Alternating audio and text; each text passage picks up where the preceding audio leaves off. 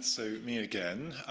So I've been asked to speak to you about the Gene Reviews article that we have recently updated. So many of the people in this room may not know what Gene Reviews is, so I plan to tell you a little bit about Gene Reviews as a concept, why it's useful, why we bothered to rewrite an article that we'd already written, what the challenges are in doing so, what we found, and ultimately that the emphasis really is on multidisciplinary management for individuals with PURA syndrome.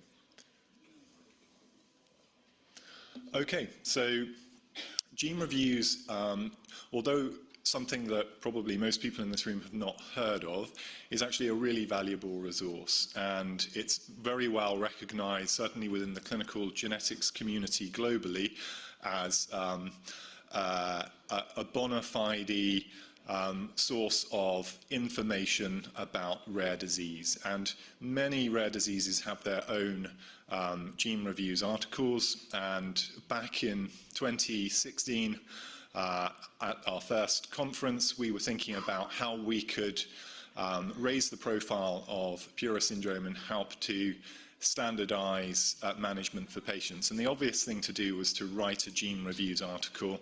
And so we approached the NCBI and asked them if they would be willing for us to do so, which they were. And we wrote our first article back in 2017. And you can find the Gene Reviews article easily just with a Google search of Gene Reviews and PURA. Unfortunately, it doesn't have a memorable URL, but it will be the first result that you find. Now, even though this is targeted at clinicians to give them a good overview of a condition and to provide them with a source of peer-reviewed publications that support the recommendations or the description of a condition, it's also a really valuable source of information for families. And when I meet families in outpatient clinic who have a child who's been diagnosed with an ultra-rare condition, if there is a Gene Reviews article, I always signpost to it in my clinic letter, and I advise that families point any healthcare professionals who are involved in the care of their child to the Gene Reviews article if they need more information about the condition. So as parents, I would say to you that the main value of this is in directing clinicians who are involved in your child's care to the article for more information. So why is it useful? So it not only gives a full description of the clinical presentation as it is currently understood, it also talks about other conditions which may be a mimic if the diagnosis hasn't been confirmed molecularly. And critically, it talks about management. What should be done at diagnosis? What should be done in terms of managing specific clinical manifestations? And what should be done in terms of surveillance? And of course, for inherited genetic disorders, there will be advice about genetic counselling and what the risks may be to other family members, as well as family planning. So why did we bother to rewrite an article that we'd already written? So it's all to do with the fact that time has passed and a huge number of publications has appeared. So back in 2017, we based our article on data from 71 relatively well-phenotyped patients, so well-characterized patients. Only a few of them at the time were in the published literature, and we used some unpublished data, which has subsequently been published, to inform that article. But as of 2026, there's actually a lot of published data about PURA syndrome now. So in total, we were able to identify 223 individuals across 48 peer-reviewed publications. And so we've essentially performed what is a mini meta-analysis. So we've pulled all of that data together to basically build a profile of the condition and base some management considerations on that.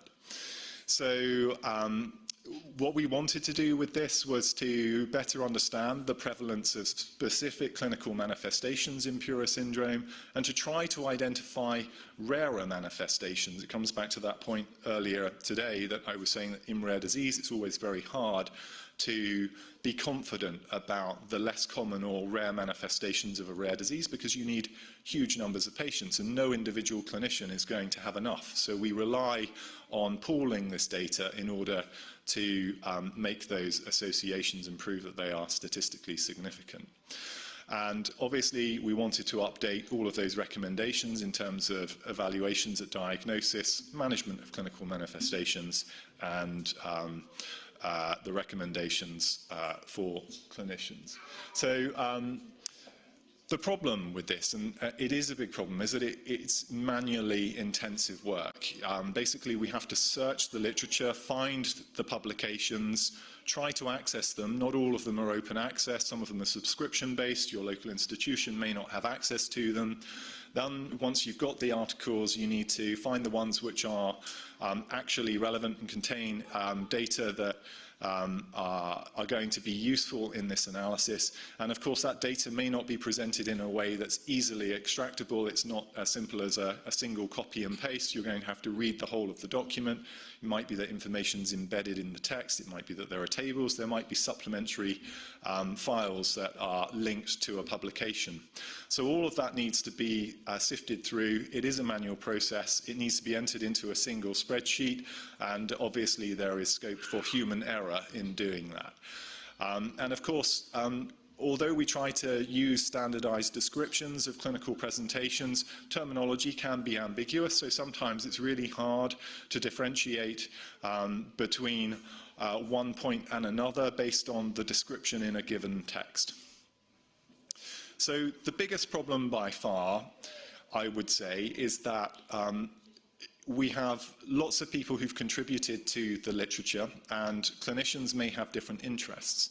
So sometimes people take a very broad approach and they build a really complete picture of a patient and their presentation. Sometimes it's a little bit scatty and there might be just a few details that are omitted.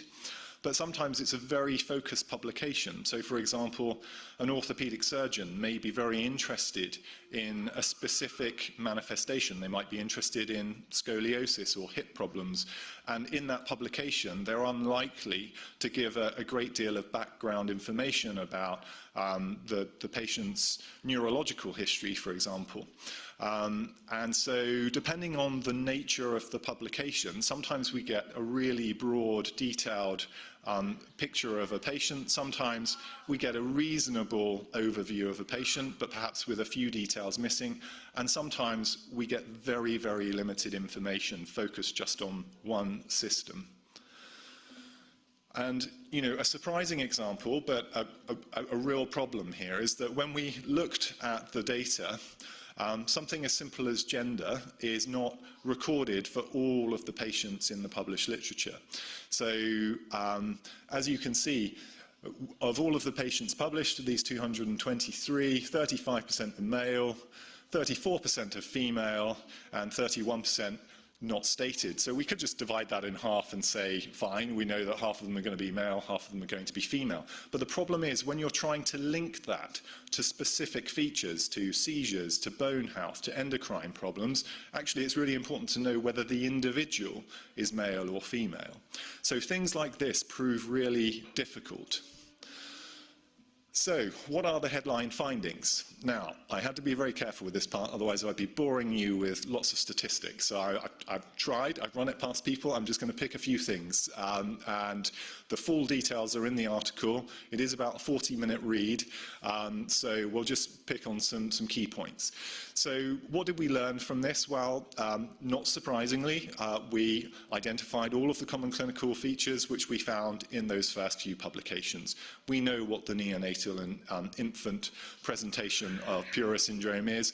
Hypertonia is practically a universal feature, associated feeding difficulties, neonatal hypoventilation and apneas, hypersomnolence, exaggerated startle, hypothermia. That's all the stuff that we expected to find. Similarly, in older adults, older individuals and adults, we found the features that you would expect. Again, hypertonia, a common feature, intellectual disability, essentially a universal feature, generally in the moderate to profound range, but with a few mildly affected individuals. mobility and speech problems being major issues, and seizures and non-epileptic movements also being important. But we knew all of that. And if we dig down and actually try to get some useful stats out of the published data, there are a few key points. So of those 223 patients, I'll just explain the format of how these stats are set out. For 184, there was some description of speech in terms of are they able to speak or not. So these are for children over the age, or patients over the age of 12 months. Only 6.5% are reported in the literature to have speech, which is a pretty striking statistic. And so when we think about the speech and language side of things, we know that some children definitely have much better receptive language skills, and we know that AAC devices can be really important, and you'll hear more about that tomorrow. In terms of motor development, so again, focusing on children or individuals who are over 18 months of age, we know that a minimum of 39% of those in the published literature achieved ambulation, so either with or without support. So that's an encouraging statistic. But what we also learned is that the age at which that is achieved can be very variable, from 16 months, which is within the normal range, up to 10 years as the latest age that walking was achieved, as described in the published literature. But the average age at which an individual with PURA syndrome starts to walk with or without support is 4 years old. And we know a little bit about gait quality, that it tends to be a little bit broad-based, but it can be normal or near normal in some individuals. And now a really key thing is epilepsy, which I think has been somewhat misrepresented in some of the literature because it's always presented as an aggregate figure. And if we look at all of those individuals for which there is data available about seizures, and that's 187 of those 223, 98 of them, so 52%, are reported to have seizures. Now, the concerning thing is that when we look at the age of onset of seizures, we know that the median age is 3 years. When we look at the age profile of patients in the published literature, 30% of patients are under the age of 3 at the time that that description is made.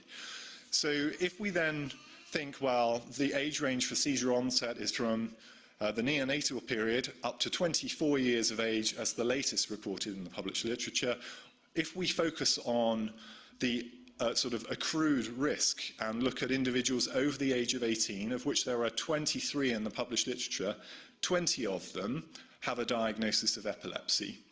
So seizures becomes a big issue as an individual with PURA syndrome ages. And so this is really an important point and focuses our minds on the fact that research into seizures is going to be of significance to the community. And seizure types can be very varied. I won't read through them all there, but as you can see, a wide range of seizures has been reported, and unfortunately seizures are often resistant to anti-seizure medication, and at the moment it's very much a trial and error approach to management. There are other neurological manifestations as well, including non-epileptic movements. Those can include things like exaggerated startle response, dystonia, dyskinesia, and also things like nystagmus. So I won't read through all of those numbers, but you'll find many, many more in the publication. If we look at brain imaging, we find that of those who have had brain imaging, more than half have some form of abnormality. The most common finding is delayed myelination, and that's something that we reported back in 2014, and you'll see those series of brain images at the bottom that demonstrate delayed myelination. In terms of the respiratory phenotype, so a big problem, of course, is that in the neonatal period in particular, affected children are prone to hypoventilation and apneas. We know that more than 3/4 of neonates are affected. We know that about A third of them require mechanical ventilation, usually non-invasive ventilation, but in at least 3 cases, a tracheostomy was required. The encouraging thing is that most individuals who have significant respiratory problems in infancy seem to grow out of that.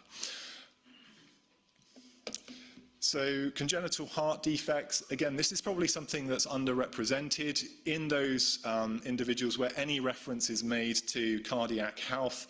20% are reported to have heart defects. Overall, only a third of patients have had an echocardiogram, an ultrasound scan of the heart, according to the published literature. So it means a minimum prevalence of 6%. But I would recommend that as standard, children with PURA syndrome have a cardiac assessment, including an echocardiogram. And then in terms of skeletal health, so this is something which is a bit of a new development over the past decade. So when we first described PURA syndrome, bone health wasn't something that was foremost in our minds. But we know that scoliosis can be a big problem. That's the side-to-side curvature of the spine. We know that there's a minimum prevalence of 15% across all individuals who have PURA syndrome. But the problem again is that this is something that tends to be age-related. So there's a significant risk of developing this type of bone problem with the curvature of the spine, particularly during puberty, and it can happen at quite a rapid rate. And various interventions may be required to try to control that. And as part of our gene review, an orthopedic surgeon has offered some advice regarding management. I won't go into the other manifestations there because we are a little short on time. So in terms of gastrointestinal issues, so in most publications, these are just grouped under feeding difficulties, which is relatively non-specific. We know that these are a prominent part of the phenotype of PURA syndrome, especially in infancy, and of those in which any reference was made to gastrointestinal well-being, 94% were reported to have severe feeding difficulties. But when it's further characterized, gastroesophageal reflux seems to be the main type of problem, which is where there is incompetence of the valve of the stomach and acid refluxes up into the esophagus. And also constipation is a big problem in PURA syndrome, as it is in many neurodevelopmental disorders. But an interesting thing is in relation to the endocrine manifestations in PURA syndrome. Originally, we had one patient in our series of 4 patients back in 2014 who had precocious puberty, and at the time we noticed a few other quirky endocrine things and had suspected that maybe a problem with the sort of master gland for the hormonal system called the anterior pituitary wasn't working properly. And we sort of thought about precocious puberty as an issue, but actually across the published cohort, it has a minimum prevalence of 1%, so it seems to be a relatively rare problem. Delayed puberty, in contrast, seems to be more of an issue. Across the published patients, it's a minimum prevalence of 5%, but if you then age adjust that for those who are 13 or 14, for females and males respectively, that becomes a double-digit percentage. So low double digits, admittedly, but nonetheless, delayed puberty seems to be more of an issue than precocious puberty. There does also seem to be some enrichment for hypothyroidism, so an underactive thyroid gland, so that's probably something that ought to be checked as standard every few years in patients. And another thing that we've known about for some time is that in PURA syndrome there is a propensity for low vitamin D levels, and vitamin D is important for bone health. We would recommend that all individuals with PURA syndrome take an over-the-counter daily supplement of vitamin D. A few other things here. So eye health, so squint is common, affecting just over half of those in which any reference is made to eye health, but again, minimum prevalence of 22% across individuals in the literature. Some other types of visual problem, including cerebral visual impairment, which is when the brain doesn't process the signals that it receives properly. And that is something that we were aware of from early on. Another curiosity is to do with the genitalia. So we know that cryptorchidism, undescended testes, can be a problem in PURA syndrome. Again, not something that is well phenotyped in the literature. Of those papers that make any reference to this in boys, it appears that nearly a third are affected. In practice, we know that it will be a minimum prevalence of 8% when we adjust for males in the published literature. So what do the sort of facial features of PURA syndrome look like? Well, obviously in publications we try to put this in words, but pictures definitely speak louder than words, and this is taken from Margot Ranger's publication in 2018, in which facial composites are used to compare the facial phenotype in PURA syndrome versus controls. And you can see that there are some differences, and that children with PURA syndrome have less marked nasolabial folds, a slightly more open mouth, and these are what would be called sort of hypotonic facies. So what do we recommend in terms of management? Well, the main thing is that actually PURA syndrome is a multi-system condition. Although we think of it as largely a neurodevelopmental disorder, there are many specialists who need to be involved. I've omitted cardiologists there, but you know, most individuals with PURA syndrome, if they're diagnosed in the neonatal period or in infancy, they're going to have input from a neonatologist. They're going to end up having their care transferred to a general pediatrician. They'll be under a developmental pediatrician at some point. They will inevitably have input from a neurologist and probably a respiratory physician as well. And then there are a number of other specialties that may be involved depending on the clinical manifestations. Ultimately, unfortunately, most individuals are not managed within a dedicated multidisciplinary clinic. They will have an individual clinician who is acting as a responsible clinician and overseeing their care. In the UK, that would usually be a general hospital pediatrician or a clinical geneticist who is then liaising with other specialists as appropriate. Now, I won't go through all of the updates in terms of what should be done as further evaluation at diagnosis, what the management of individual clinical manifestations should be, or what we think it should be, or surveillance recommendations. Those are all in the article in tables 3, 4, and 5. Again, what I would suggest is that if you have a clinician who is involved in your child's care who wants to know more about the condition, or if you have curiosity about what we think should be done for individuals with PURA syndrome, then do take a look or signpost your child's clinician as appropriate. One thing that we did decide to do is add a new section on speech and language, and we're grateful to Angela and Mia for contributing to that. And finally, one question that we were getting asked a lot by email was about the use of things like oral salbutamol or albuterol, and pyridostigmine and caffeine. There is no published evidence from robust prospective studies to support their use, but there is some anecdotal evidence. So that is acknowledged in the article. So if that is something that you have heard about on a community forum and you've been discussing with a clinician, then reference is made to this, but we have been very clear that at the moment there isn't any published evidence to support their use. It is purely anecdotal. So I'd like to thank all of my co-authors on this, and there were 5 new co-authors that joined us for the 2026 iteration, and I'll now hand over to Michael to quickly run through some of the genetics.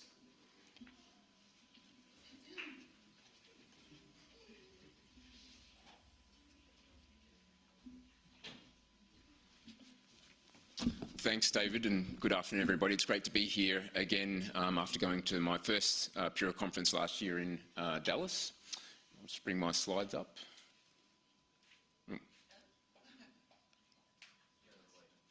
Oh, the other way. Ooh. There we are. So my name is Michael Hildebrand. I'm a molecular geneticist based in Melbourne, and it's my job today to describe briefly the genetics around PURA syndrome and including some of the updates from the recent gene reviews.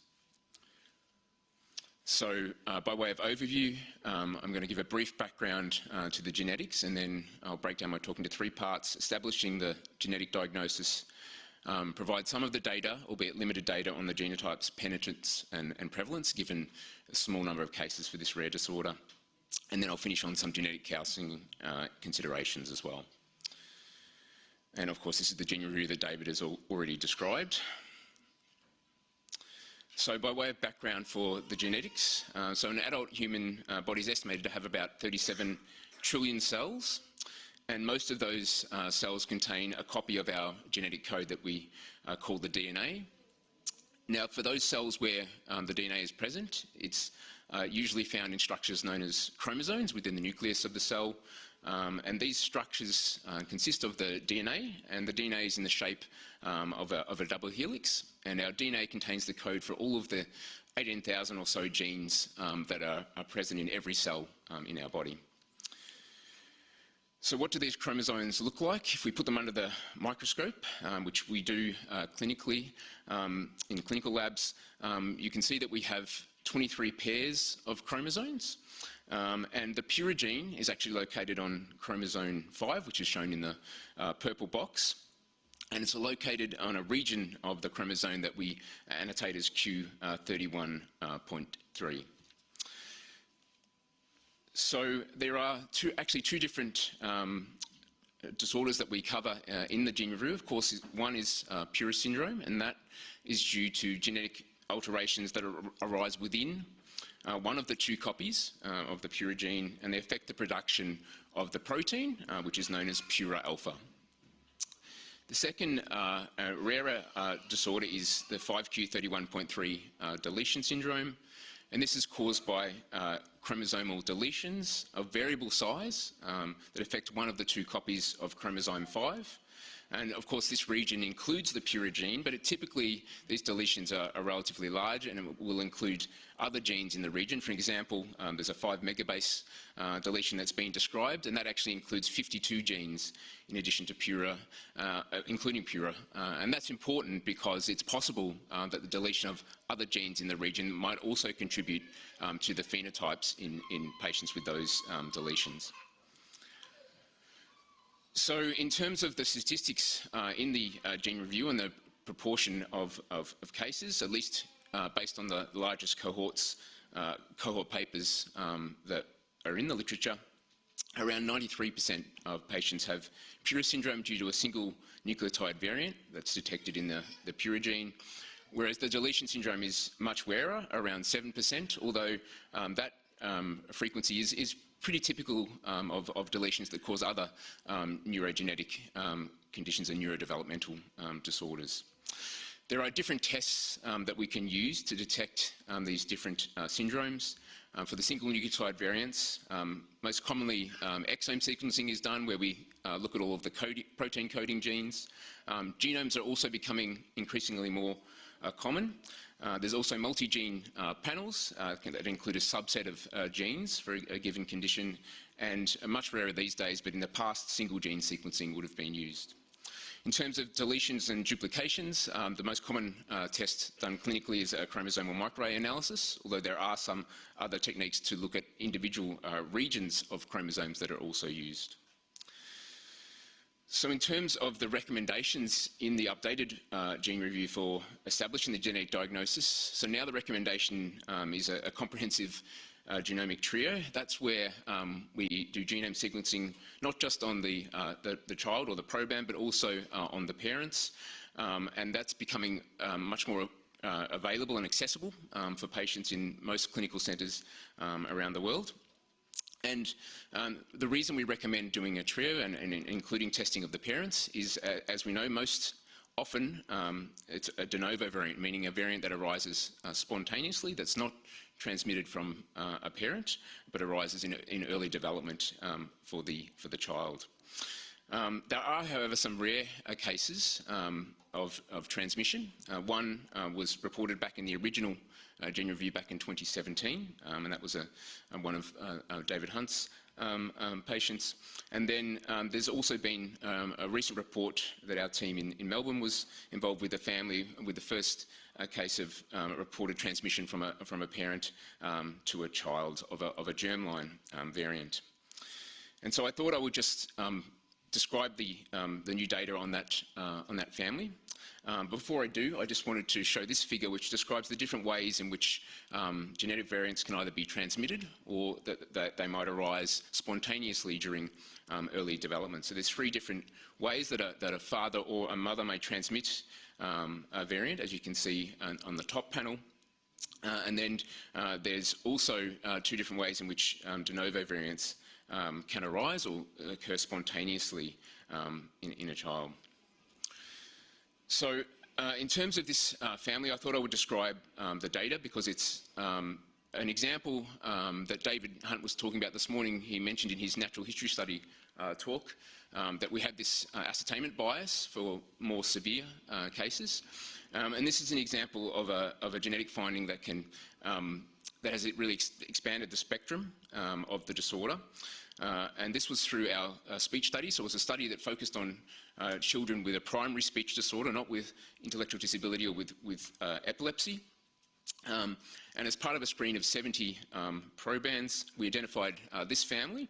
And they had, there was a mother and daughter who both had speech and language disorder. They had dysarthria, phonological disorder, borderline IQ, oral motor impairment, language impairment, and dysmorphic features, including a pointed chin and long face. What we were able to show by doing a formal speech assessment, and you'll hear more tomorrow from Mia St John about the communication study, and this is of course the same team that did the formal speech assessments for this family. And the mother and daughter had relatively similar phenotypes, although the daughter had more severe speech and language impairment than the mother. And this is an occurrence that we see in genetics where it's called anticipation, where phenotypes can be more severe in the next generation than they are in the transmitting generation. What was most interesting is that in addition to the speech and language disorder, both the mother and daughter had a borderline intellect and attended mainstream school with some additional educational support. In terms of the genetics, we performed genome sequencing, so we screened all 18,000 genes, and the only variant of interest was found in the PURA gene. It was a novel missense variant, changing an arginine amino acid to a leucine amino acid. It was present in the mother. We also had samples from the mother's parents, the grandparents, and both of those parents were negative. So it appears that the variant arose spontaneously in the mother, and then she's transmitted that same variant to her daughter. And we then, given that this was at that stage a variant of unknown significance, we contacted Dirk's team, and Robert did some protein modelling of this novel variant, and what they were able to show was that the particular change in the PURA gene changed actually the charge. It resulted in the loss of a positively charged amino acid, and that is predicted to impair the interaction that PURA has with regulating DNA, which is negatively charged. So this protein modelling suggested that the change in the PURA gene would be damaging to the PURA protein. And this family was initially published in our cohort study including 70 different families that we investigated, but we then subsequently published a second paper describing the family in more detail and just focused on that one family. So I'll now return back to some of the other data in the gene review around the genetics. And as I mentioned at the start, there's some limited data on genotype-phenotype correlations. So there is one paper that was published recently in 2025, Tamaguchi and al. And they have suggested that the variants within the PURA3 repeat protein may be associated with a more severe phenotype than variants in either the first or second repeat. However, it is only one study, and it requires confirmation in additional studies before we can be confident that there's a strong genotype-phenotype correlation. In terms of penetrance, based on what we know from the 223 individuals reported at the time of this publication, the penetrance appears to be complete. So there's no reports of any unaffected individuals who are carrying a pathogenic variant in the PURA gene. There are, of course, 223 individuals, as David has mentioned, but there are also 18 individuals who've been described with the deletion disorder as well. And in terms of the prevalence, that has been done in regard to prevalence within intellectual disability cohorts, and it ranges from 0.3 to 0.5% based on the current studies. And then finally, in terms of the genetic counselling considerations, there are different considerations for both in terms of the parents and the potential siblings, depending on whether or not the variant is transmitted or whether it arises spontaneously. So firstly, if the child appears to be the only affected family member, then genetic testing is also recommended, obviously, for the parents to confirm whether or not it has arisen spontaneously or whether it's been transmitted. Secondly, a parent with somatic or gonadal mosaicism for a PURA variant may be mildly or minimally affected. And then in terms of the siblings, if a parent is known to carry a PURA pathogenic variant, then the risk to the sibs of inheriting the variant is 50%, and that would be a variant that could either be inherited from the mother or the father. And if neither parent carries a PURA pathogenic variant, then the risk to the sibs is actually greater than the general population, because there could be undetected parental gonadal mosaicism, meaning that a parent who is mildly or unaffected may actually be carrying the variant at very low level in a fraction of their cells, and then they have then passed that variant on to their child. And if the parents are untested and clinically unaffected, then the risk to the siblings is the same as it would be in the scenario for situation number 2. And just to finish, these are the funding sources that were used to study this PURA family, as well as many other families with different types of speech disorders. So that's the National Health and Medical Research Council in Australia that provided our funding support. And just to acknowledge the different members of our multidisciplinary team studying speech and language disorders, as well as PURA syndrome. Thank you for your attention. I'm happy to take any questions. Given the time restraints, we can take questions in the panel session later today that David and I will both be on. Thank you.